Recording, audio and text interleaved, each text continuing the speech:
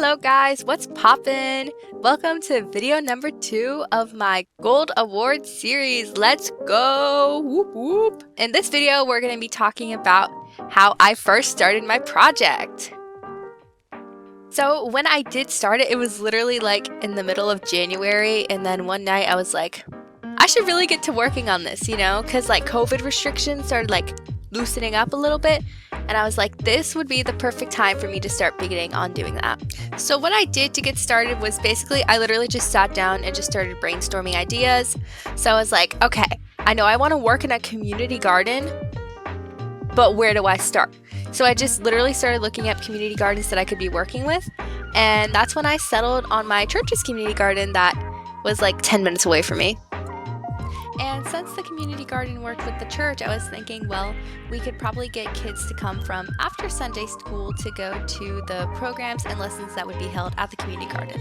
Okay, so now that I had the basic parts of what I wanted to be able to do for my project, I had my audience and I had where I wanted to be able to work. I now needed to get a project advisor, which is someone very important to your project, and you really need like a good solid person that you can trust for this.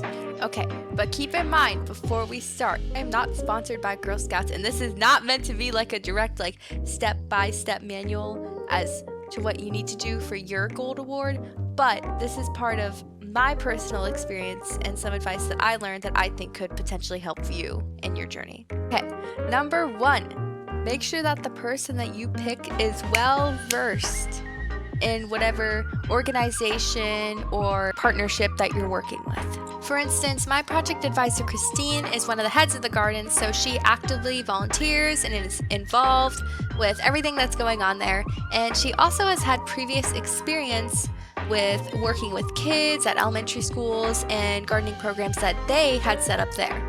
Number 2.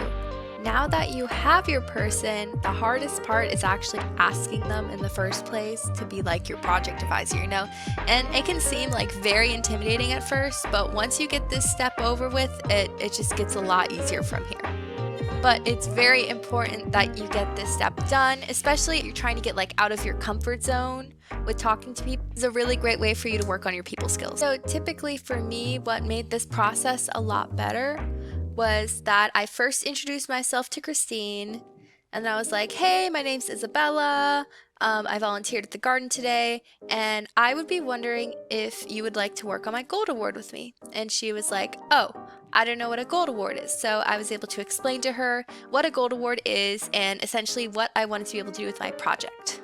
And when I explained my project to her, I basically gave a general outline, what my target audience was, and the end goal of my project, because since it was still in the early stages, I wasn't 100% sure, but I did have a general outline, so that is very important to tell your potential project advisor. And if your potential project advisor does end up declining, be nice about it, be polite, because that's totally okay.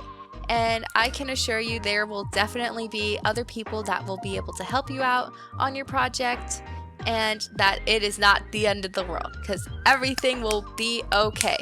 I was just lucky in my situation because the person that I asked to be my project advisor was the first person that I asked to be my project advisor. That's all I really have to say for this video on getting started on your project and getting your audience, your project advisor, kind of like the general outline of everything. And in the next video, I will be discussing the really intimidating part, which is filling out the proposal form. Woo! Keep in mind that this step takes a long time and you have to be very thorough about it, but I will get more into that in the next video. Thank you, and I will see you next time.